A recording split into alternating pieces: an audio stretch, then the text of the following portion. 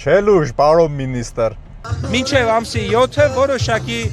լարվածություններ կլինեն, ոչինչ, ամսի 8-ից հետո հարաբերությունները կվերադառնան եւ հաջորդ 5 տարիներին կլինի այնպես, ինչպես նախորդ 5 տարիներն է եղել, այսինքն Հայաստան-Ռուսաստան առևտրաշրջանառության շարունակական ավելացում։ Հələ մի հատ էս մինիստրին հիշեցրեք, որ ընտրություններից արդեն 2 ամսից ավել անցել է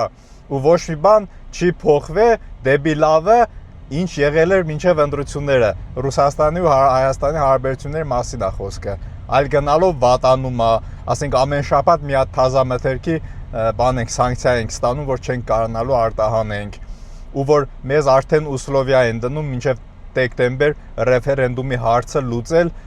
որոշի Հայաստան թե ուր է գնում, EAS-ում է մնում, թե Եվրամիություն է եթում։ Այդ ոնց է լավանալու։ Հեմ պարոն մինիստր, որ դու ասում ես բանա, հեսա ընտրություններն անցավ, նորից գալու է նույն վիճակին, ինչ մինչ ընտրություններն էր, հարաբերությունները տզվելու է, այդպես շարունակ։ Այսինքն ձեզ մոլորացնում է այս մեր կոչված իշխանությունը, որին դուք ընտրեցիք, հավատացիք, որ ձեզ տանելու են Եվրոպա։ Հենց ձեր առաջնորդ Փաշինյանը ԵԱՏՄ-ի նիստի ժամանակ հայտարարեց, որ Եվրամիություն գնալու համար լիքը դեռ պրոցեսներ կա ու դեռ ոչ մի բան սկսած չի, ի նկատի ունենալով, որ մենք յանիմ նշի, որ հենց միկվանից պատրաստում ենք Եվրամիություն գնալ, որ դուք սանկցիաներ եք դրել,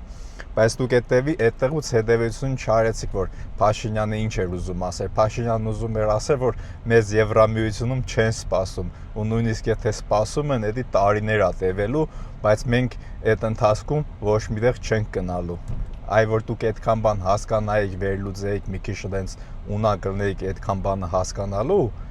հիմա մեր երկիրը ոչ թե այս վիճակում կլիներ, այլ կծաղեր, կզարքանար, կհզորանար, բայց ցավոք սրտի ունենք այն ինչ ունենք, բայց այս